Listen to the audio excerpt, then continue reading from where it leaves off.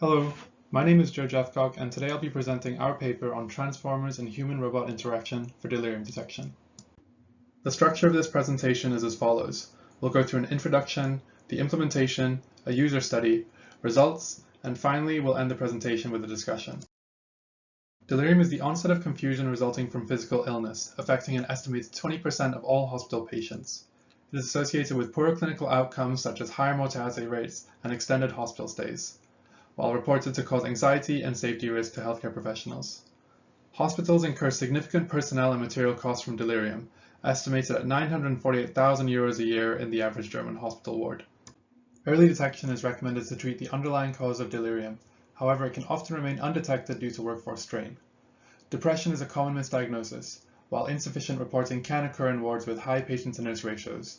This has been shown in cases where patients are transferred from the ICU to general wards.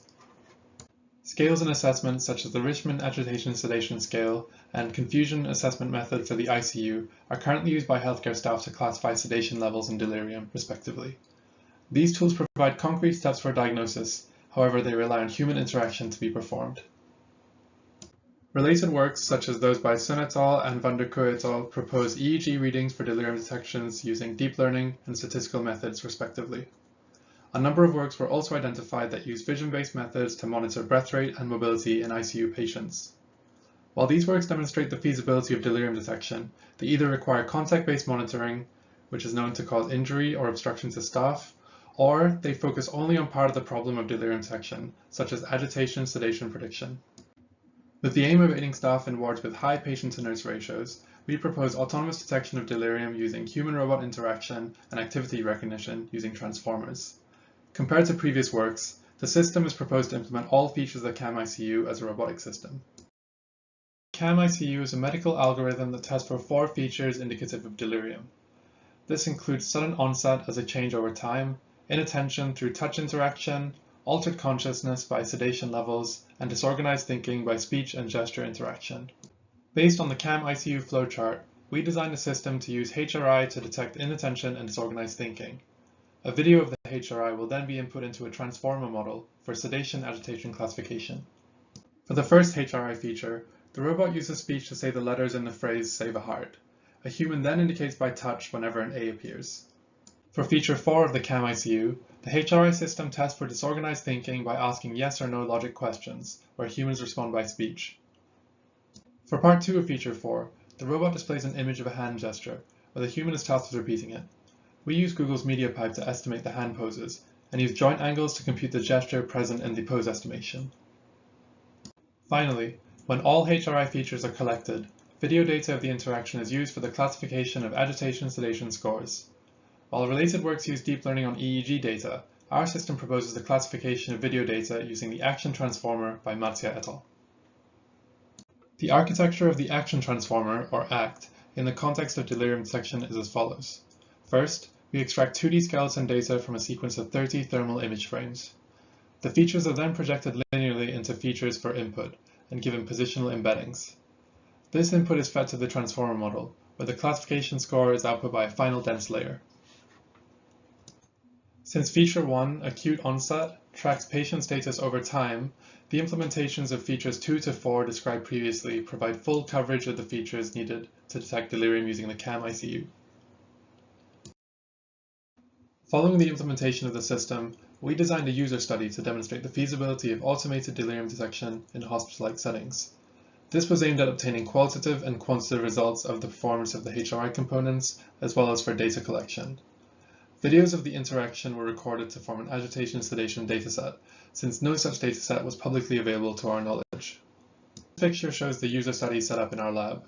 A bed is placed in an upright position to mimic a hospital environment, with a pepper robot placed next to it as a vessel for HRI. A thermal camera is pointed towards the bed to capture video streams of the interaction. To carry out the study, 18 researchers from the Bristol Robotics Lab were briefed on delirium and sedation using the CAM-ICU training manual. Each researcher performed 1 round of HRI for familiarization before being tasked with role-playing each of sedated, agitated, and alert RASS states. Their scores on the HRI components of the CAM-ICU were recorded for results, while thermal videos of the role-plays were recorded for the dataset. With the data collected, we tuned the ACT model and a support vector machine baseline on hyperparameters that adjusted the frame rate of input videos. ACT was trained using the Atom optimizer on a cross-entropy loss function, and we used six-fold cross-validation across participants to prevent similar data from appearing in the test and train sets. The HRI results of the user study are as follows. 0 errors were observed in the letters attention task, where all participants successfully indicated letters by touch. 10 errors occurred out of 72 yes or no logic questions, as well as 6 errors for gesture detection, leading to 3 false positives for the disorganized thinking feature. The errors themselves were caused by either incorrect answers or non-detection of speech or hand gestures. Qualitatively, the videos on screen show predictions for an unseen actor on a network trained on 12 other participants. Predictions are seen to change over time as they are based on the next 30 frames in the sequence of skeleton pose estimations. Oscillating predictions can be denoised by taking the mode classification across the video. The top fold showed targets and raw predictions from the network, where both rows should match across each colored column.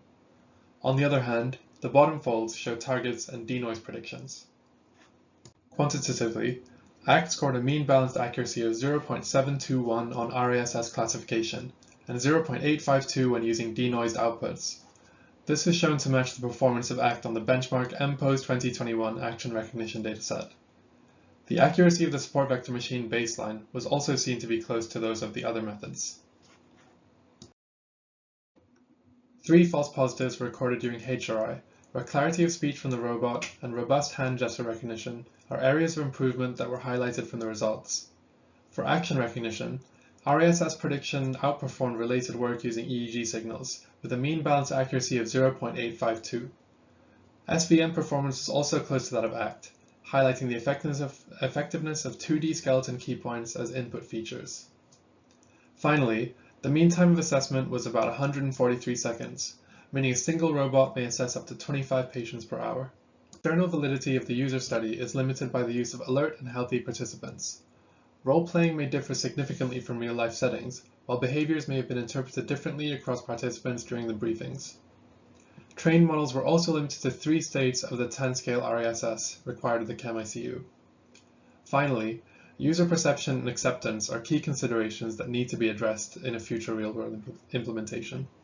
In conclusion, this paper presented the design, development, and testing of a complete robotic implementation of the CAM-ICU.